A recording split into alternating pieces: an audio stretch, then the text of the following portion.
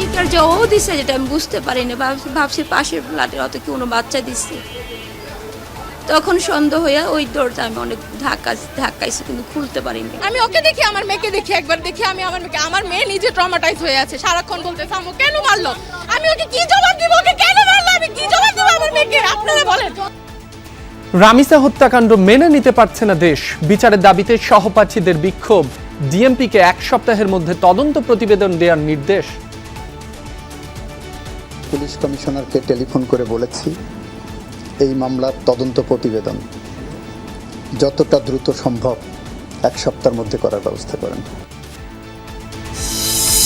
হাম উপসর্গে 3 জেলায় আরো 3 শিশুর মৃত্যু। সিলেটে বেশিরভাগ রোগীই প্রত্যন্ত অঞ্চলের। প্রথম ধাপের টিকা ক্যাম্পেইনের কথা জানা ছিল না অনেকের। বাচ্চারা ভর্তি করেছি, বাচ্চার মার হওয়ার পর বাচ্চার মারও ভর্তি করছি।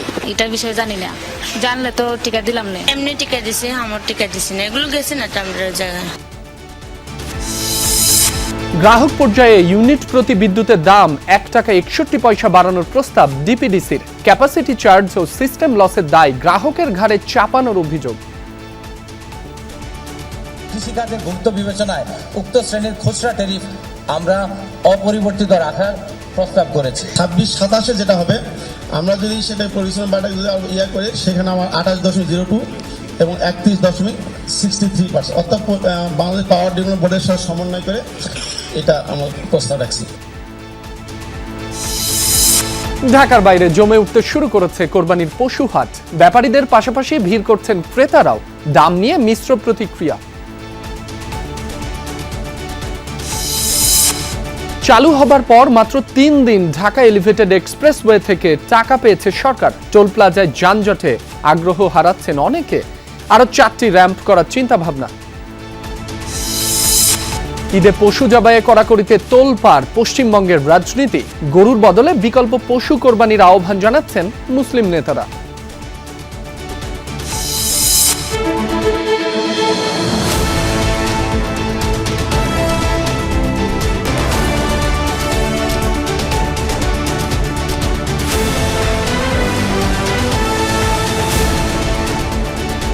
দুপুরের বাংলাদেশে আমন্ত্রণ, আপনাদের সঙ্গে আছি মাসুম রাব্বি। এতক্ষণ শিরোনাম দেখছিলেন। রাজধানীর পল্লবীতে শিশু রামিসা হত্যার ঘটনায় এলাকা জুড়ে চলছে শোকের মাতম। প্রতিবাদ জানাচ্ছেন এলাকার সাধারণ মানুষ। ন্যায় বিচারের দাবিতে বিক্ষোভ মিছিল করেছে স্কুল শিক্ষার্থীরা। এমন ঘটনার পুনরাবৃত্তি রোধে দৃষ্টান্তমূলক শাস্তির দাবি জানিয়েছেন সাধারণ মানুষ। ন্যাক্কারজনক এ ঘটনার বিচার দেখতে চান তারা। বিচার নিশ্চিতে প্রধানমন্ত্রীর হস্তক্ষেপ কামনা করে সামাজিক যোগাযোগ মাধ্যমে পোস্ট দিয়েছেন বিভিন্ন শ্রেণী পেশার মানুষ। এছাড়া সকাল থেকে রামিসার পরিবারের প্রতি সমবেদনা জানাতে পল্লবীর বাসায় জড়ো হতে দেখা যায় সাধারণ মানুষদের। রামিসা হত্যার প্রতিবাদ এবং দ্রুত বিচারের দাবিতে মানববন্ধন করেছে ঢাকা মহানগর উত্তর মহিলা জামায়াত। বেলা 11টার দিকে পল্লবী মেট্রো স্টেশনের নিচে মানববন্ধন করে তারা।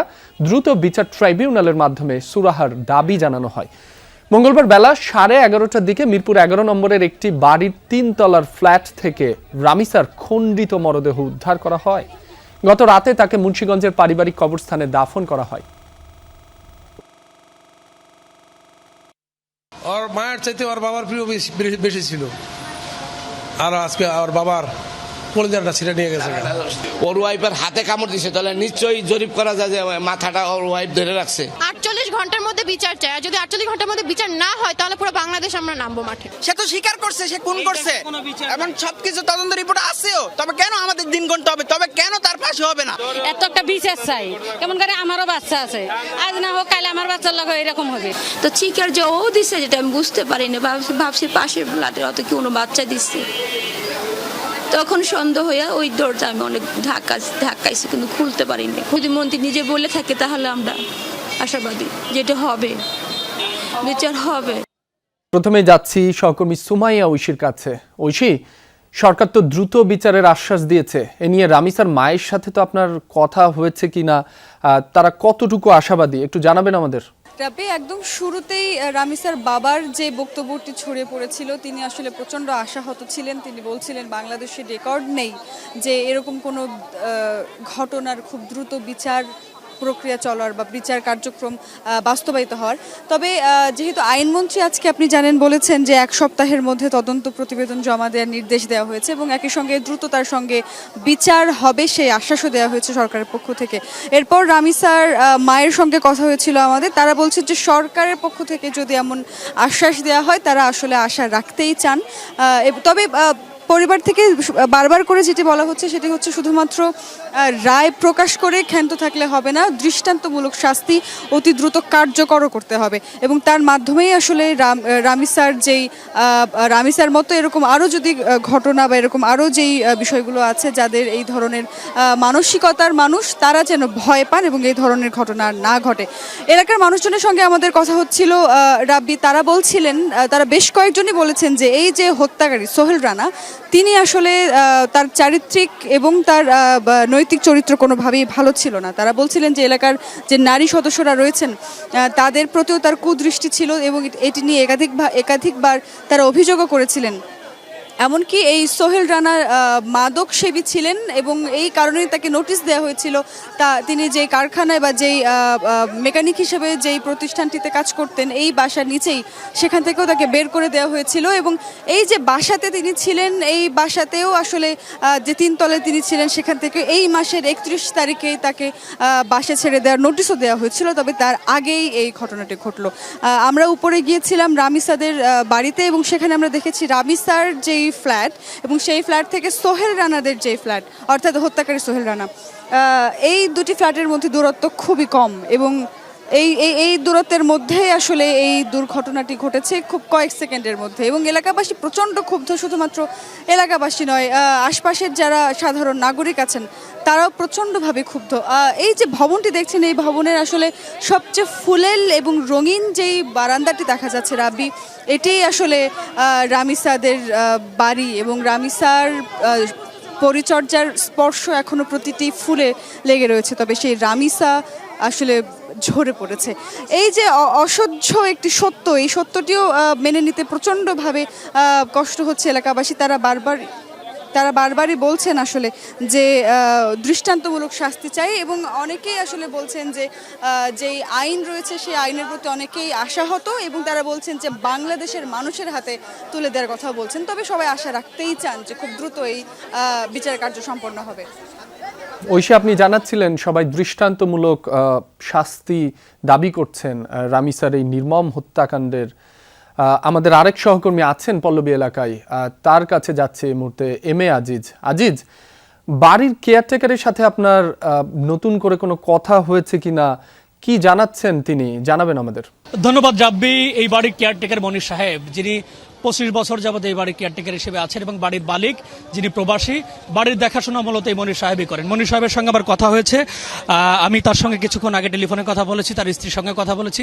আমি জানতে চেয়েছিলাম আসলে এই যে খুনি বা যিনি হত্যাকাণ্ডটি ঘটিয়েছেন তার ব্যাপারে তিনি আসলে কি জানেন। তিনি আমাকে জানিয়েছেন যে 4 মাস আগে মূলত সোহেল রানা যিনি হত্যাকাণ্ডের সাথে জড়িত তিনি এই বাসায় ভাড়ায় ওঠেন এবং তিনি একটি সাবলেটে ওঠেন, যার কারণে মনির সাহেবের সঙ্গে সরাসরি তার কোনো কানেকশন ছিল না। তবে তিনি জানতেন, কারণ মনির সাহেবের যে গ্যারেজ আছে পাশেই, সেই গ্যারেজেই কাজ করতেন এই সাদ্দাম এবং এই বাসার একজন ভাড়াটিয়া যার নাম সাদ্দাম। সেই সাদ্দামের পরিচিত এবং একই এলাকায় বাড়ি তাদের, সেই সাদ্দামের পরিচয় সূত্র ধরেই এই মনির সাহেবের গ্যারেজে কাজ করার সুযোগ পায় এই সোহেল রানা এবং কাজে অনিয়মিত হওয়ার কারণেই মূলত এই সোহেল রানাকে মনির সাহেব কাজ থেকে বাদ দিয়ে দেন এবং তারপরেই মূলত যে বাসায় তিনি সাবলেট থাকতেন সোহেল রানা, সেই সাবলেট ওয়ালাও তাকে নিষেধ করে দেয়। এরপর মূলত যে ঘটনাটা ঘটলো সেটা আমরা জানি, আমরা সবাই জানি, দেশবাসী জানে যে গত পরশুদিন এই ঘটনাটি ঘটেছে এবং তারপর থেকেই এই সোহেল রানা পলাতক ছিল এবং তাকে আটক করে পুলিশ। এর পাশাপাশি আমি আপনাকে আরেকটি তথ্য জানিয়ে রাখি যে মনির সাহেব এই বাসার কেয়ারটেকার, তিনি গত 3 থেকে 4 দিন যাবত তার নিজ এলাকায় সিরাজগঞ্জ অবস্থান করছেন। তিনি আমাকে বলেছেন যে তিনি কিছু সিজনাল ব্যবসা করেন, বিশেষ করে কোরবানির পশু তার একটি খামারে প্রস্তুত করা হয়, সেখান থেকে সেই পশুগুলো তিনি কোরবানির সময় ঢাকাতে এনে বিক্রি করেন এবং সেই কারণেই মূলত এখন তিনি তার নিজ এলাকায় বসবাস করছেন। তবে এই মেয়েটিকে হত্যার পর এলাকাবাসী যেভাবে বিক্ষুব্ধ হয়ে উঠেছেন, তারা তাদের প্রতিক্রিয়া জানাচ্ছেন। আমি সেরকম একজনের সঙ্গে কথা বলতে চাই। আপনারা আসলে কিভাবে এই হত্যাকাণ্ডের বিচার এখন চাচ্ছেন? আমাদের এলাকাবাসীর একটা দাবি আছে, তাকে প্রকাশ্যে জনসম্মুখে এনে ফাঁসি দেওয়া হোক। আমাদের একটাই দাবি। আর এটা 24 ঘন্টার ভিতরে আমরা চাই। আমরা 7 দিন 10 দিন এটা মানি না, আমরা 24 ঘন্টার ভিতরে এটা সুষ্ঠু বিচার চাই। আচ্ছা, এই আপনার কাছে একটু প্রশ্ন করি, এই ধরনের যখন একজন অপরাধী সমাজে বাস করে, তিনি মাদকাসক্ত ছিলেন বলছেন, বাড়ি কেয়ারটেকারও বলছেন আমাকে, তো সেগুলো প্রতিরোধে এলাকাবাসী সচেতন হওয়া উচিত কিনা, বা বাসা ভাড়া দেওয়ার ক্ষেত্রে জেনে শুনে বাসা ভাড়া দেওয়া উচিত কিনা? 100% এখানে আপনার জাস্টিফাই করে আপনার একজনকে ঘরে দেওয়ার জন্য, কারণ প্রত্যেকটা বাসায় এরকম বাচ্চা আছে, প্রত্যেকটা বাসায় এরকম লোকজন আছে। এরকম নিরাপত্তার কারণে আপনার তার সম্পূর্ণ ডিটেলস আগে জানার দরকার। আসলে সে কি একজন খুনি নাকি সে একজন ভালো মানুষ, তারপর তাকে বাসা ভাড়া দেব। ধন্যবাদ। রাব্বি, শুনছিলেন যে এখানকার যারা বাসিন্দা আছেন তারাও বলছেন যে বাসা ভাড়া দেওয়ার আগে জেনে শুনে তারপর ভাড়া দেওয়া উচিত, কারণ এই ধরনের কোনো অপরাধী যদি সমাজে বাস করে সেটি যাদের যে পরিবারে বাচ্চা আছে, ছোট ছোট বাচ্চা, তাদের জন্য বেশ আতঙ্কের এবং পরিবারের জন্য আতঙ্কের। তবে আমি আরেকটি তথ্য আপনাকে জানিয়ে রাখি, বাসার যিনি কেয়ারটেকার তিনি এই হত্যাকাণ্ডের একদম দায় নিতে নারাজ, কারণ তিনি বলছেন যে তিনি তাকে এই বাসায় ওঠাননি, কারণ বাসায় উঠিয়েছে অন্য একজন সাবলেট, তাকে দেওয়া হয়েছিল, এবং যার কারণে তিনি বলছেন যে তিনি এই ঘটনার সময় ঢাকাতে ছিলেনও না, তার কারণে তিনি এই দায় নিতেও নারাজ। তবে এলাকাবাসী বলছেন যেহেতু ভাড়া দেওয়া হয়েছে, তবে ভাড়া দেওয়ার আগে যেহেতু যাচাই বাছাই করা হয়নি, সেক্ষেত্রে প্রত্যেককে জিজ্ঞাসাবাদ করে যার যতটুকু অপরাধ আছে তাকে সেইভাবেই আইনের আওতায় আনা উচিত। রাব্বি। আজিজ, আপনাকে ধন্যবাদ। এদিকে রামিসাকে ধর্ষণের পর নৃশংসভাবে হত্যার ঘটনায় 1 সপ্তাহের মধ্যে তদন্ত প্রতিবেদন জমা দিতে ডিএমপি কমিশনারকে নির্দেশ দিয়েছেন আইনমন্ত্রী মোহাম্মদ আসাদুজ্জামান। সকালে ডিএমপিকে নির্দেশ দেন তিনি। এ সময় মন্ত্রী জানান, দ্রুততম সময়ের মধ্যে এই হত্যাকাণ্ডের বিচার কাজ সম্পন্ন করতে যথাযথ উদ্যোগ নেওয়া হবে। পরে সচিবালয়ে গিয়ে আইনমন্ত্রী বলেন, মাগুরার আসিয়া, ঢাকার রামিসার ঘটনা মানুষ হিসেবে মনুষ্যত্বকে প্রশ্নবিদ্ধ করে। মন্ত্রী বলেন, এমন অপরাধীদের দ্রুত শাস্তি দিতে না পারলে জনগণের কাছে ভুল বার্তা যাবে। রামিসার ঘটনার বিচার করে দৃষ্টান্ত স্থাপন করতে চায় সরকার। এ সময় তিনি বলেন, রামিসার বাবা যেটা বলেছেন সেটা ওনার জায়গা থেকে অমূলক নয়। দেশের বিচার ব্যবস্থায় যে মামলার জট, সেটি নিরসনে পদক্ষেপ নেওয়া হবে।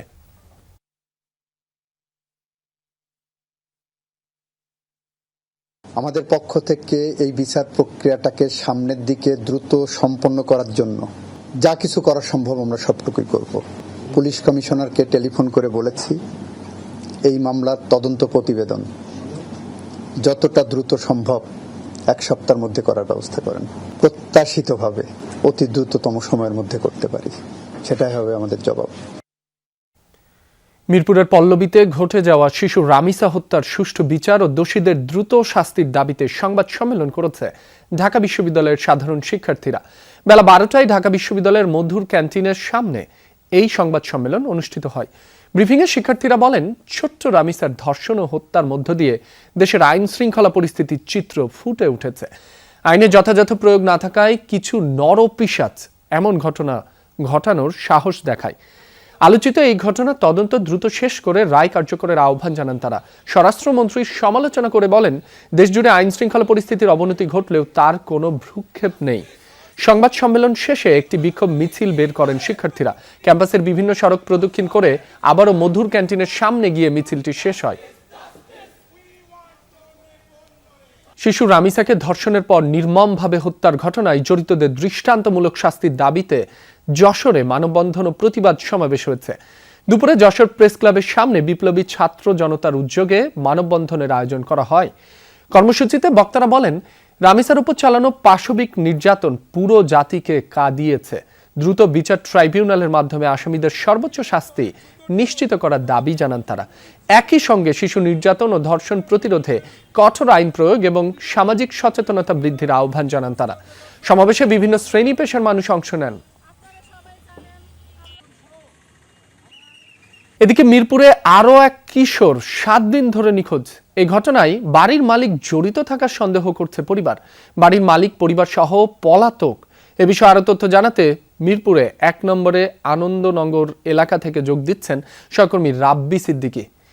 রাব্বি, যে কিশোর নিখোঁজ রয়েছেন সে বিষয়ে থানা পুলিশ কি বলছে, কোনো তথ্য জানা গেছে কিনা জানাবেন আমাদের। আছি এই যে মিরপুর 1-এর আনন্দনগর, এইখানের এই যে বাসাটি, এই বাসাটি যিনি মালিক সেই মালিক কিন্তু এই ঘটনার পর থেকে নিখোঁজ আছেন এবং নিখোঁজের যে কারণ সেটি পুলিশও বলতে পারছে না এবং বাড়ির মালিকের যে ফোন নাম্বার, মালিকের ছেলের যে ফোন নাম্বার সেই নাম্বারও পাওয়া যাচ্ছে না এবং এই বাড়ির যারা বাসিন্দা তারা নিখোঁজের আগে যে ঘটনাটি সেটি হচ্ছে আপনি জানেন যে এক যুবক এখন পর্যন্ত তার কোনো হদিস পাওয়া যাচ্ছে না এবং সেই যুবকের যারা স্বজন আছেন তারা এখানে আছেন, আমরা একটু কথা বলার চেষ্টা করি।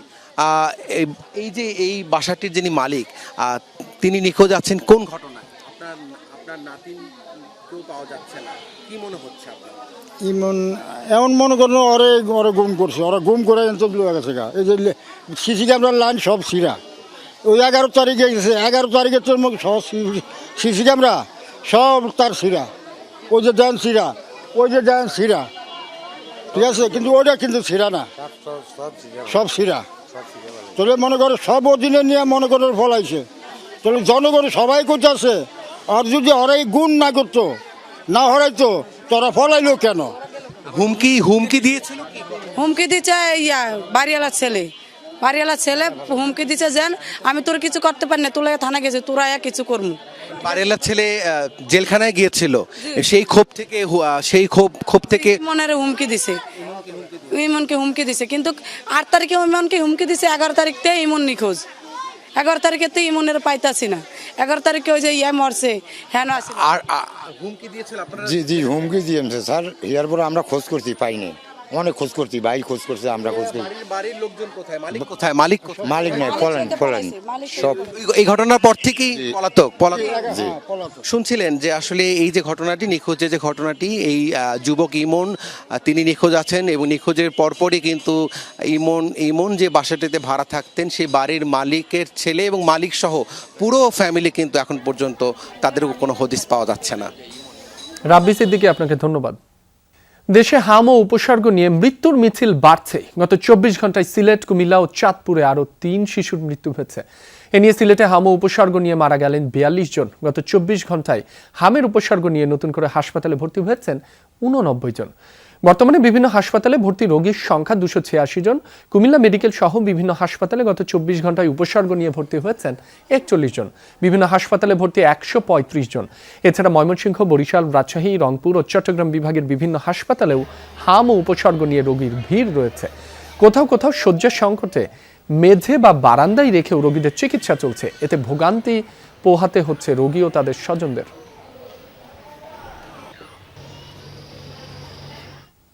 হাম পরিস্থিতি নিয়ে আরো খবর জানাতে চাঁদপুর থেকে যুক্ত হচ্ছেন সহকর্মী ইব্রাহিম রনি। ইব্রাহিম, হামের প্রকোপ নিয়ে চিকিৎসকরা কি বলছেন, আর চাঁদপুরে হামের সার্বিক পরিস্থিতি চিত্র কেমন দেখছেন জানাবেন আমাদের।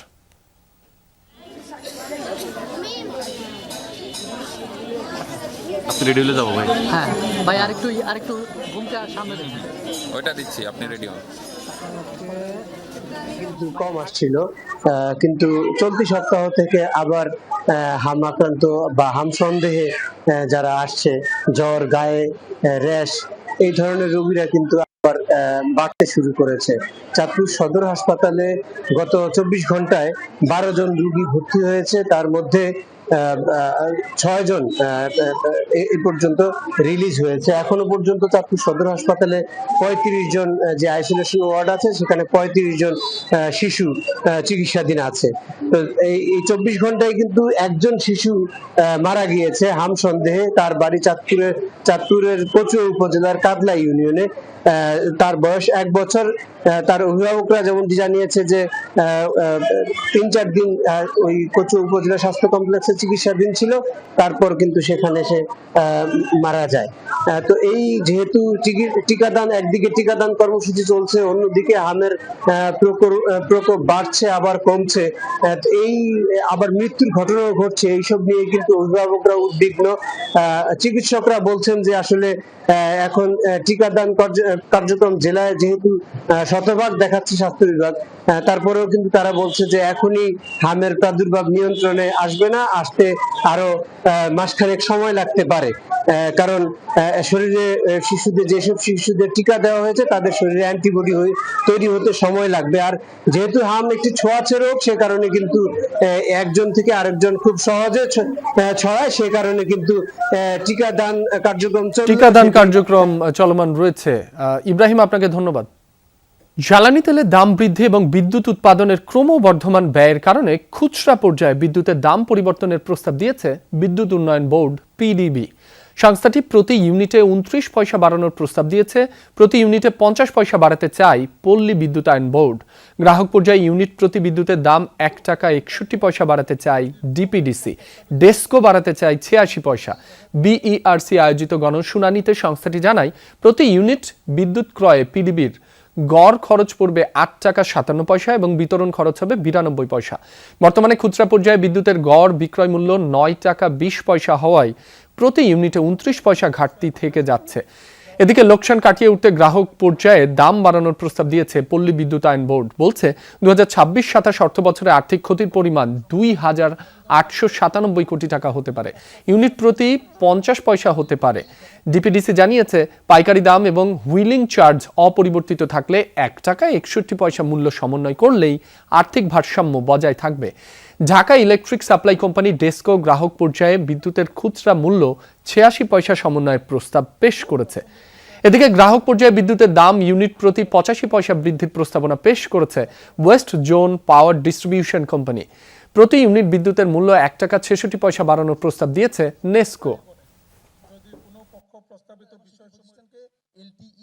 0 to 50 কিলোওয়াট পর্যন্ত ইউনিট পর্যন্ত আমরা এবং কৃষিকাজের গুরুত্ব বিবেচনায় উক্ত শ্রেণীর খুচরা ট্যারিফ আমরা অপরিবর্তিত রাখার প্রস্তাব করেছি। 26-27 যেটা হবে, আমরা যদি সেটা পরিশ্রম বাটা যদি করে সেখানে আমার 28.02 এবং 31.63%, অর্থাৎ বাংলাদেশ পাওয়ার ডেভেলপমেন্ট বোর্ডের সাথে সমন্বয় করে এটা আমরা প্রস্তাব রাখছি। দেশের আকাশসীমা রক্ষায় যে কোনো পরিস্থিতি মোকাবেলায় প্রস্তুত বাংলাদেশ বিমান বাহিনী। যশোর বিমান বাহিনী একাডেমিতে রাষ্ট্রপতি কুচকাওয়াজে এমনটাই জানিয়েছেন বিমান বাহিনী প্রধান air chief marshal Hasan Mahmud Khan. নবীন কর্মকর্তাদের দেশপ্রেম, পেশাদারিত্ব ও সাহসিকতার সাথে দায়িত্ব পালনের আহ্বান জানান তিনি। এবারের কুচকাওয়াজে 5 জন নারী সহ মোট 41 জন অফিসার ক্যাডেট কমিশন লাভ করেন। রোদ ঝলমলে আকাশে উঠছে লাল সবুজের পতাকা। যশোরে বাংলাদেশ বিমান বাহিনী একাডেমির প্যারেড গ্রাউন্ড জুড়ে ছিল নবীন বৈমানিকদের দৃষ্টিনন্দন ফ্লাইট পাস ও অ্যারোবেটিক প্রদর্শনী। বিমান বাহিনীর 88তম বাফা কোর্সের কমিশনপ্রাপ্ত কর্মকর্তাদের অংশগ্রহণে অনুষ্ঠিত হয় রাষ্ট্রপতি কুচকাওয়াজ 2026। অনুষ্ঠানে প্রধান অতিথি হিসেবে উপস্থিত থেকে সালাম গ্রহণ করেন বিমান বাহিনী প্রধান air chief marshal Hasan Mahmud Khan. পরে মহান মুক্তিযুদ্ধের শহীদ ও কিলো ফ্লাইটের বীর সদস্যদের স্মরণ করে নবীন কর্মকর্তাদের দেশপ্রেম, পেশাদারিত্ব ও সর্বোচ্চ ত্যাগের মানসিকতায় দায়িত্ব পালনের আহ্বান জানান তিনি। ভবিষ্যৎ যুদ্ধের চ্যালেঞ্জ মোকাবেলার জন্য আমাদের সক্ষমতা বৃদ্ধি ও প্রযুক্তিগত উৎকর্ষ অর্জনের পথে দ্রুত এগিয়ে যেতে হবে। তাছাড়াও সময়ের প্রয়োজনেই আমাদের বিমান বাহিনীকে একসময় এয়ার অ্যান্ড স্পেস ফোর্সে রূপান্তরিত হতে হবে। Air chief marshal Hasan Mahmud Khan বলেন, স্বাধীনতা যুদ্ধের মধ্য দিয়ে গড়ে ওঠা বাংলাদেশ বিমান বাহিনী আজ একটি আধুনিক ও সুসংগঠিত বাহিনীতে পরিণত হয়েছে। আকাশসীমার নিরাপত্তার পাশাপাশি দুর্যোগ মোকাবেলা, উদ্ধার অভিযান, ত্রাণ বিতরণ এবং বেসামরিক প্রশাসনকে সহায়তায়ও রাখছে গুরুত্বপূর্ণ ভূমিকা। বর্তমান নিরাপত্তা ও অপারেশনাল বাস্তবতাকে সামনে রেখে বাংলাদেশ বিমান বাহিনী তার প্রশিক্ষণ, দর্শন ও অবকাঠামোকে আধুনিক ও যুগোপযোগী করে গড়ে তুলছে। আমাদের লক্ষ্য একটি আধুনিক, প্রযুক্তি নির্ভর এবং অ্যাজাইল বিমান বাহিনী গড়ে তোলা। এবারের রাষ্ট্রপতি কুচকাওয়াজে 5 জন নারী সহ 41 জন অফিসার ক্যাডেট কমিশন লাভ করেন। এর মধ্যে তাহসিন আহমেদ কুরাইশি অর্জন করেন sword of honour. Sword of honour trophy অর্জন আমাদের জন্য অত্যন্ত সম্মান এবং গর্বের প্রতীক।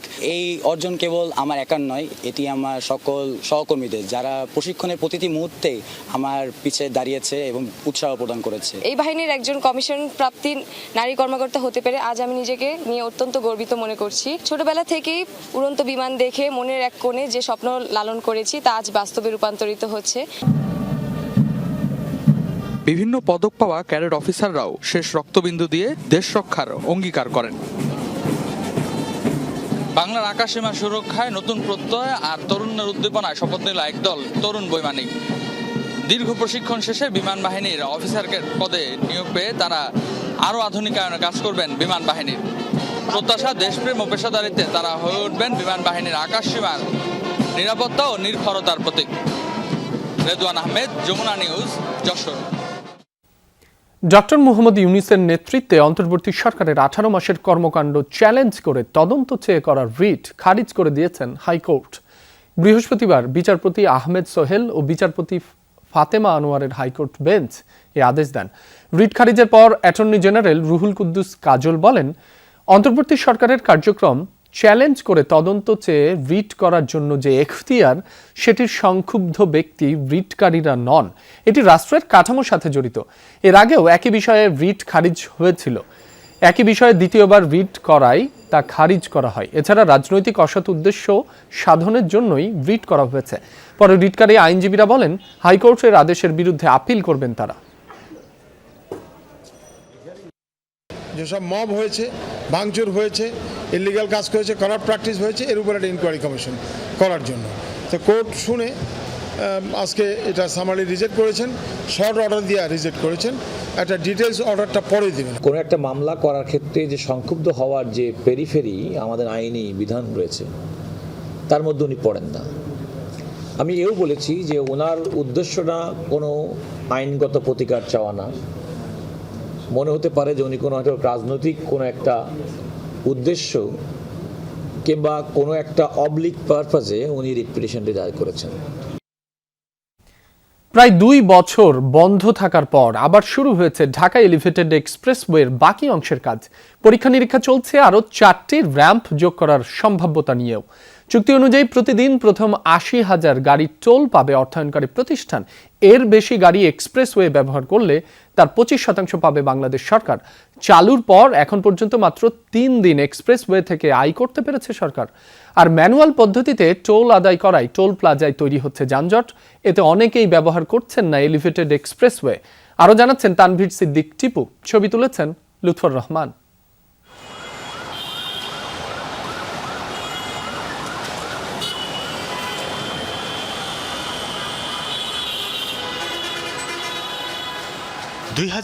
এর সেপ্টেম্বরে ঢাকা এলিভেটেড এক্সপ্রেসওয়ের বিমানবন্দর এলাকা থেকে ফার্মগেট পর্যন্ত আংশিকভাবে যান চলাচলের জন্য উন্মুক্ত করা হয়।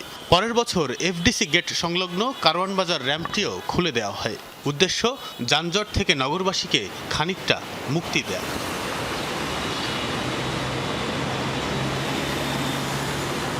কিন্তু মুক্তি কি মিলেছে? কর্মদিবসে পিক আওয়ারে এমন গাড়ির চাপ এলিভেটেড এক্সপ্রেসওয়ের টোল প্লাজাগুলোতে। এক্সপ্রেসওয়েতে ওঠার আগেই এই লম্বা গাড়ির সারি আরেক ভোগান্তির কারণ।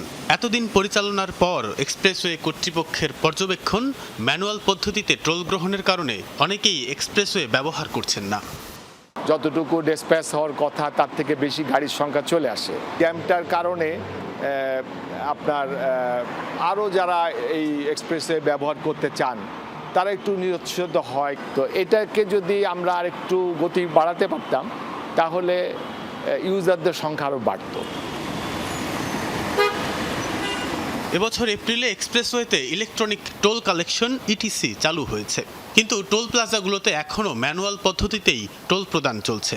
সেতু বিভাগ বলছে এখন পর্যন্ত 9,000-এর কিছু বেশি ইটিসি ডিভাইস বিক্রি হয়েছে। ঢাকা এলিভেটেড এক্সপ্রেসওয়ের যে অংশটি খুলে দেওয়া হয়েছে, এখান থেকে প্রতিদিন হাজার হাজার গাড়ি চলাচল করে। এলিভেটেড এক্সপ্রেসওয়ের যে টোল প্লাজা রয়েছে, সেখানে ধীর গতির কারণে প্রায়শই দেখা যায় যানজট তৈরি হতে, যে কারণে অনেকেই নিরুৎসাহিত হয়ে নিচের যে রাস্তা রয়েছে সেখান থেকে চলাচল করে এবং এই কারণে সরকার রাজস্ব আদায় থেকে বঞ্চিত হচ্ছে। এক্সপ্রেসওয়ে চালুর 25 বছর পর্যন্ত প্রতিদিন এর উপর দিয়ে চলা প্রথম 80,000 গাড়ির টোল জমা হবে চীনা প্রতিষ্ঠানের খাতায়। এর বেশি হলে তার 25% পাবে বাংলাদেশ সরকার। এক্সপ্রেসওয়ে চালুর পর এখন পর্যন্ত মাত্র 3 দিন 80,000-এর বেশি গাড়ি এক্সপ্রেসওয়ে ব্যবহার করেছে। সেতু বিভাগের সচিব জানান, প্রতিদিন গড়ে 50 থেকে 60,000 গাড়ি চলাচল করে। তবে তাদের আশা 2026 সালের ডিসেম্বর নাগাদ এক্সপ্রেসওয়ে পুরো দমে চালু করতে পারবেন তারা। তখন বাড়বে গাড়ির সংখ্যা, আয় হবে দেশের। এখন 3বার 80,000 ক্রস করেছে পার ডে। এভারেজে 50 থেকে 60,000 গাড়ি প্রতিদিন যাতায়াত করছে। সবগুলো চ্যানেল যখন ওকে হবে এক্সিট এন্ট্রি, তখন কিন্তু ওই লোডটা দেখা যাবে না। তার সাথে যখন ইটিসটা হয়ে যাবে পরিপূর্ণভাবে, আশা করি এই জ্যামটা থাকবে না।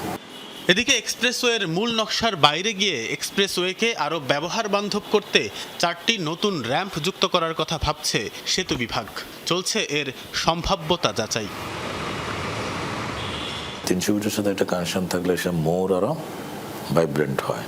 তারপরে দেখা যাচ্ছে যে আমাদের মহাখালী যে বাস স্ট্যান্ড, এটার জামটা এড়ানো যায় কিনা এটা অ্যাড্রেস করা হয় নাই। এরপরে আমাদের মগবাজার ওই দিকে আরেকটা অ্যাড্রেস করা হয় নাই।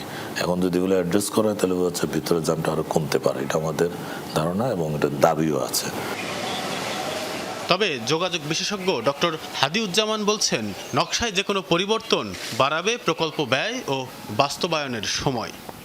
পিপিপি ইনভেস্টর যে আছে তার টার্গেটে থাকবে যে আমি নিচের সড়ক থেকে সব যানবাহন স্টক করে আমি এক্সপ্রেসওয়েতে তুলে নিব, তাহলে আমার আয়টা বাড়বে। আসলেও আমার এই র্যাম্পগুলি কতটুকু প্রয়োজনীয় এবং এই র্যাম্পগুলি আমি যদি যুক্ত করে দেই, আমার মূল যে ট্রাফিক ফ্লো আছে এক্সপ্রেসওয়েতে সেটাকে বাধাগ্রস্ত করবে কিনা, কাঠামোগত তারপর চাপ আসবে কিনা এবং নিরাপত্তার কোনো জায়গায় ঝুঁকি তৈরি হবে কিনা, সেই ভাবনা যারা বাস্তবায়ন করছে তাদের কিন্তু সেটা ভালো মতন ভাবতে হবে। 2020 সালের জানুয়ারিতে কাজ শুরু হয় এলিভেটেড এক্সপ্রেসওয়ের। 2023-এর জুনে কাজ শেষ হওয়ার কথা থাকলেও তা হয়নি। 2024 সালে শেয়ার নিয়ে দ্বন্দ্বে মুখ থুবড়ে পড়ে এর নির্মাণ কাজ, মামলা গড়ায় উচ্চ আদালত পর্যন্ত। তানভীর সিদ্দিক টিপু, যমুনা নিউজ, ঢাকা। দেশের বিভিন্ন হাটে জমে উঠতে শুরু করেছে কোরবানির পশু বেচাকেনা। কোরবানির পশু বেচাকেনার খবর জানাতে রংপুর থেকে যুক্ত হচ্ছেন সহকর্মী সরকার মাজহারুল মান্নান। মাজহার, আপনি বর্তমানে যে হাটে রয়েছেন রংপুরে, সেখানে গবাদি পশুর সরবরাহ কেমন দেখছেন? দাম নিয়ে ক্রেতা বিক্রেতারা কি বলছেন? মাসুম, আমি যে হাটটিতে আছি এটি পীরগাছা উপজেলার একটা চৌধুরানী হাট। এটি একটু খুবই ঐতিহ্যবাহী হাট। আমি যদি আপনাদেরকে একটু দেখাতে পারি যে আসলে এখানে দুপুরের পর থেকে অর্থাৎ 12টার পর থেকেই আসা শুরু করে এবং অনেক রাত পর্যন্ত কিন্তু এখানে বেচা বিক্রি হয় এবং এরই মধ্যে কিন্তু বিপুল পরিমাণ ক্রেতা বিক্রেতা এবং গরু কিন্তু এসেছে। আমি যদি আপনাদেরকে একটুখানি সেটা ক্যামেরায় দেখাতে পারি যে বিভিন্ন ধরনের বিভিন্ন বয়সে অর্থাৎ ছোট, মাঝারি এবং বড় এই 3 ধরনেরই গরু এখানে এসেছে এবং এখনো সেভাবে বেচা বিক্রি এখন পর্যন্ত সেভাবে জমে ওঠেনি। হয়তো আর কিছুক্ষণ পর সেখানে আরো গরুর আমদানি হবে এবং বেচা বিক্রি জমে উঠবে। আমি একটু আপনার কাছে একটু শুনতে চাই বাবা যে কি অবস্থা হাটে, গরুর কি অবস্থা বলেন তো? এটা কত চাইতেছেন? এই গরুটা কয় মন হবে? 4 মন হবে। কত মন হবে? 4 মন। কত চাইতেছেন? 120। 1,20,000 টাকা বলতেছে। কত? 1,05,000। 1,05,000। আচ্ছা, আমি একটু আপনার কাছে জানতে চাই কি অবস্থা বলেন তো বাজারে? বাজারে ভাই এখনো বেচা বিক্রি শুরুই হয়নি, শুরু হোক আগে থেকে তারপর কত কয়। আপনি এটা কত চাইতেছেন? 1 লাখ। আচ্ছা, এটা কয় মন হবে? 3.5 মন। 3.5 মন। আর বিক্রি করবেন কত? 80 বা 90।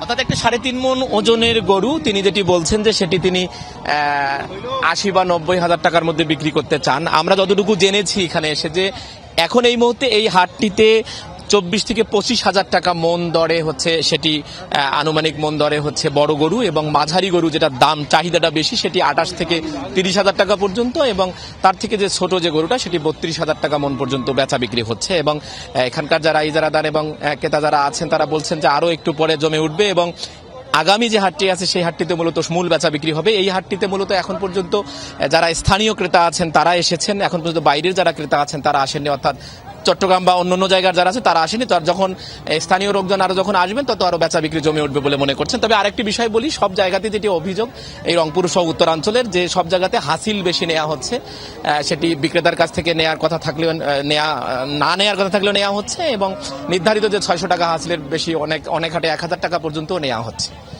মাঝহার, আপনাকে ধন্যবাদ।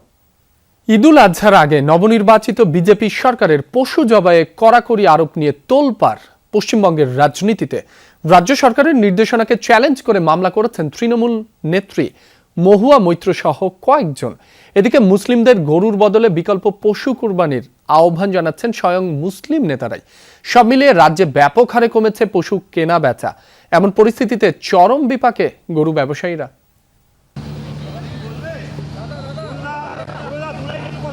ইতিহাসে প্রথমবার পশ্চিমবঙ্গে বিজেপি সরকার ক্ষমতায় আসার পর থেকেই দেয়া হচ্ছে একের পর এক নির্দেশনা, যার বেশ কয়েকটি রাজ্যে সংখ্যালঘু মুসলিমদের বিরুদ্ধে।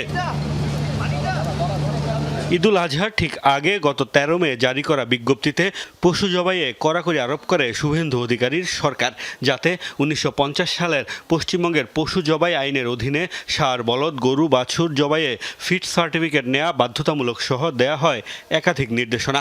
সরকারের এই সিদ্ধান্তকে চ্যালেঞ্জ জানিয়ে মামলা করেছেন তৃণমূল কংগ্রেস এমপি মহুয়া মৈত্র সহ বেশ কয়েকজন।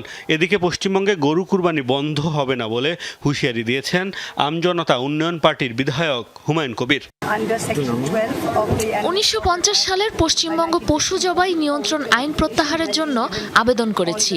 যেহেতু 27 বা 28 তারিখ ঈদুল আজহা অনুষ্ঠিত হওয়ার সম্ভাবনা রয়েছে, হাতে সময় কম, তাই দ্রুত আবেদনটি মঞ্জুরের জন্য অনুরোধ জানিয়েছি। সরকার আইন করে মুসলিমদের গরু খেতে নিষেধ করতেই পারে, তবে আমাদের কোরবানি বন্ধ হবে না। 1400 বছর ধরে যে রীতি চলে আসছে তা পৃথিবীর অস্তিত্ব থাকা পর্যন্ত চলবে। এদিকে সরকার কড়াকড়ি আরোপ করে হামলা হেনস্থা এড়াতে মুসলিমদের গরুর বদলে বিকল্প পশু কোরবানি দেওয়ার আহ্বান জানাচ্ছেন মুসলিম নেতারা। আমরা এবছরে কুরবানি দেব, কিন্তু গরু কুরবানি দেব না। আমি প্রত্যেকটা মুসলিম ভাইদের কাছে অনুরোধ করব, আপনারা গরু কিনবেন না। বিজেপি সরকারের বাড়াবাড়িতে এখন প্রায় বন্ধ গরু বেচাকেনা। এমন পরিস্থিতিতে চরম বিপাকে পড়েছে রাজ্যের গরু ব্যবসায়ীরা। মুখ্যমন্ত্রী হয়েছে, বেচাকেনা সব বন্ধ করে দিয়েছে, আমাদেরও লেবার, আমাদেরও অসুবিধা হয়ে যাচ্ছে। কোরবানি ঈদও চলে এসছে, আমাদের হিউজ অ্যামাউন্ট এনার কাছে পাওনা পাই, তিনি তো এখন হাত খুলে দিতে পারছি না, আমি মাল তুলতে পারছি না, মহাজন পেমেন্ট করতে পারছি না, ভীষণ একটা সমস্যার মধ্যে আমি পড়ে গিয়েছি। দ্রুত পশু জবাইয়ে কড়াকড়ি তুলে নেওয়ার আহ্বান পশ্চিমবঙ্গের ক্ষুদ্র গরু ব্যবসায়ীদের। মোস্তফা মাহমুদ, যমুনা নিউজ। জাহাঙ্গীরনগর বিশ্ববিদ্যালয়ে নারী শিক্ষার্থীকে ধর্ষণ চেষ্টার ঘটনায় অপরাধীকে দ্রুত আইনের আওতায় আনতে এবং ক্যাম্পাসের নিরাপত্তা ব্যবস্থা ঢেলে সাজাতে বড় ধরনের সংস্কারের ঘোষণা দিয়েছে বিশ্ববিদ্যালয় প্রশাসন। সকালে বিশ্ববিদ্যালয় সিনেট হলে আয়োজিত সংবাদ সম্মেলনে প্রশাসনের পক্ষ থেকে বিস্তারিত পরিকল্পনা তুলে ধরা হয়।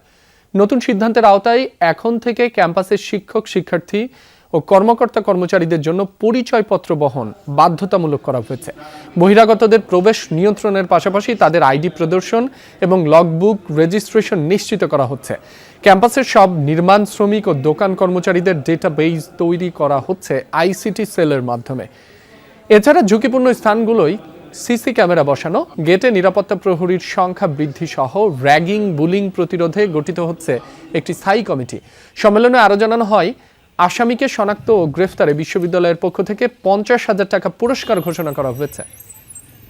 আমরা যে আইটি টেকনোলজিটা ইউজ করছি, সিসিটিভি ক্যামেরাগুলো, সেখানে 250টা আছে। সেই ক্যামেরার সংখ্যা আরও বাড়ানোর জন্য, এবং এটাও বলেছেন এআই নিয়ন্ত্রিত যে ক্যামেরা, সেগুলোর জন্য আমাদেরকে একটা ডিপিপি করতে বলেছেন, এবং সেই অর্থ আমরা পেলে আমরা নিরাপত্তা ব্যবস্থা সুসংহত করার জন্য টেকনোলজির মাধ্যমে আরও সুদৃঢ় করব। মোংলায় কোস্ট গার্ডের কাছে আনুষ্ঠানিক আত্মসমর্পণ করল সুন্দরবনের ডাকাত ছোট সুমন বাহিনীর প্রধান সুমন হাওলাদার ও তার সহযোগী সহ 7 জন। সকালে আনুষ্ঠানিকভাবে কোস্ট গার্ডের হাতে অস্ত্র ও গোলাবারুদ জমা দিয়ে আত্মসমর্পণ করেন তারা। 3টি দেশীয় 1 নলা বন্দুক, 2টি পাইপগান, 25 রাউন্ড তাজা কার্তুজ ও 3 রাউন্ড ফাঁকা কার্তুজ জব্দ করা হয়। আত্মসমর্পণকারী ডাকাতরা হলেন সুমন হাওলাদার, রবিউল মল্লিক, রফিক শেখ, সিদ্দিক হাওলাদার, গোলাম মল্লিক, ইসমাইল খান ও মাহফুজ মল্লিক। তাদের মধ্যে 6 জন বাগেরহাটের মোংলা উপজেলার এবং 1 জন রামপাল উপজেলার বাসিন্দা। কোস্ট গার্ড জানায়, তারা দীর্ঘদিন ধরে সুন্দরবনে ডাকাতি, জেলে ও বাওয়ালিদের জিম্মি করে মুক্তিপণ আদায়ের সঙ্গে জড়িত ছিল। আত্মসমর্পণকারীদের পুনর্বাসনের ব্যবস্থা করা হবে বলে জানিয়েছে কোস্ট গার্ড। হজের সময় ইরানে হামলা চালালে উপসাগরীয় দেশগুলোই সংকট তৈরি হতে পারে, তাই আরব মিত্রদের অনুরোধে ইরানে হামলার পরিকল্পনা থেকে পিছিয়ে আসেন মার্কিন প্রেসিডেন্ট। প্রতিবেদনে এমনটি জানিয়েছে আন্তর্জাতিক গণমাধ্যম মিডল ইস্ট আই। ঈদ ও হজের মতো পবিত্র সময়ে ইরানে হামলা চালালে ওয়াশিংটনের ভাবমূর্তি ক্ষতিগ্রস্ত হবে বলে ট্রাম্পকে সতর্ক করেন মার্কিন কর্মকর্তারা।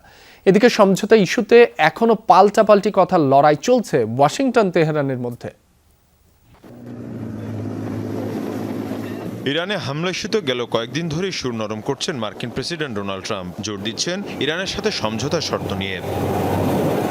তবে আন্তর্জাতিক গণমাধ্যম মিডল ইস্ট আই বলছে, মার্কিন কর্মকর্তা এবং আরব মিত্রদের অনুরোধে ইরানে হামলার পরিকল্পনা থেকে সরে আসেন ডোনাল্ড ট্রাম্প। মার্কিন প্রেসিডেন্টকে জানানো হয়, হজের সময় ইরানে হামলা চালালে এর প্রভাব পড়বে উপসাগরীয় অঞ্চলে। এতে লাখো হজযাত্রী বিপাকে পড়তে পারেন। ফলে পবিত্র সময় ইরানে হামলা চালালে মুসলিম বিশ্বে ওয়াশিংটনের ভাবমূর্তি আরও ক্ষতিগ্রস্ত হবে বলেও ট্রাম্পকে সতর্ক করা হয়। এদিকে সমঝোতার শর্ত নিয়ে সময় ক্ষেপণ করছে ইরান, এমন অভিযোগ করেছেন মার্কিন প্রেসিডেন্ট। অন্যদিকে আলোচনাকে প্রাধান্য দিলেও লড়াইয়ের জন্য প্রস্তুত রয়েছে বলে জানিয়েছেন ইরানের পররাষ্ট্রমন্ত্রী।